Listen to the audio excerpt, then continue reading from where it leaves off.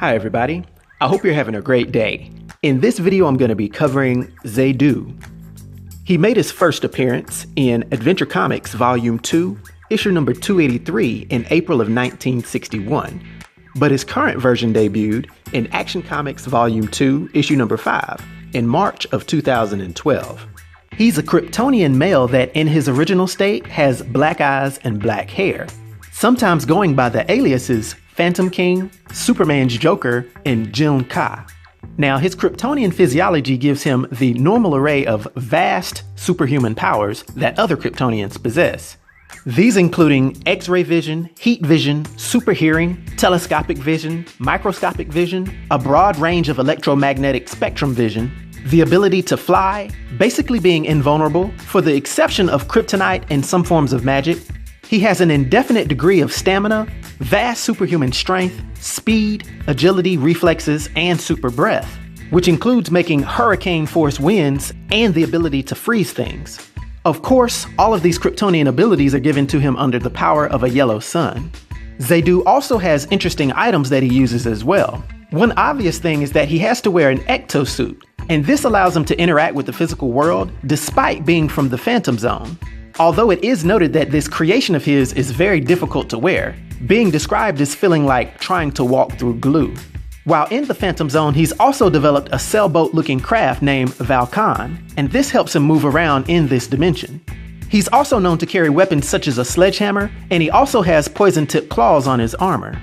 The backstory to Zaydu is that he was a doctor on the planet Krypton who conducted experiments in the forbidden area of suspended animation, basically turning some of his patients into zombies. For this crime, the Kryptonian Science Council suspended his research, and he became the very first prisoner to be dematerialized and banished into the interdimensional realm known as the Phantom Zone. But before he was sent away, he swore revenge on the man who had discovered the Phantom Zone, fellow scientist Jor-El, and all of his family. Shortly after Zaydu started his sentence in the Phantom Zone, he found a way to develop an Ecto-Suit, and this would allow him to escape this dimension. But before it was perfected, Krypton exploded, and his one attempt to get revenge on Jor-El was stopped by Krypto, the family dog. Many years after this, Zaydu was able to perfect his suit, and he then traveled to Superman's Fortress of Solitude. While there, he then used a Phantom Zone projector to send Superman himself into the Phantom Zone. Luckily, Superman disabled Zaydu's Ecto-Suit, and he then sent him back into the Phantom Zone. Being back in his prison again, Zaydu then found an area that the Phantom Zone wasn't intangible. He then built a headquarters which he named Aethyropolis, and that's when he also built his cruiser called Val-Kon. He also figured out a way to lure a young psychic named Psy, aka Gayle Marsh, into the Phantom Zone. He promised her that he could cure her pains, which were brought on by the use of her powers. But once she got there, his true motives came to light. He really just wanted her to use her ability to open doorways between the real world and the Phantom Zone so that he could escape again. Once she discovered this, she was so powerful that she stopped his plan by simply wrapping herself in an unbreakable psychic barrier and going into a form of stasis. Zaydu's anger and determination then just grew even more.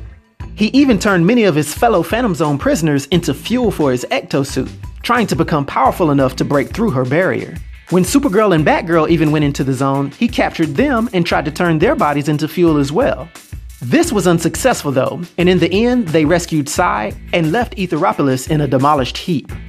Being the sociopath that he is, he then promptly added them to his revenge list, right along with all the El family. Subsequent to this, and using the alias Phantom King, Zaydu would return to Earth several different times, teaming up with Mr. Mxyzptlk, Brainiac, and Little Man to combat their mutual enemy.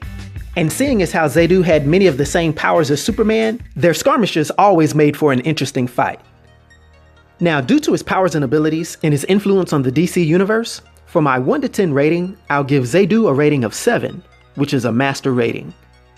I hope everyone enjoyed this video. I'll talk to you next time. Be sure to like and subscribe to The New Sage.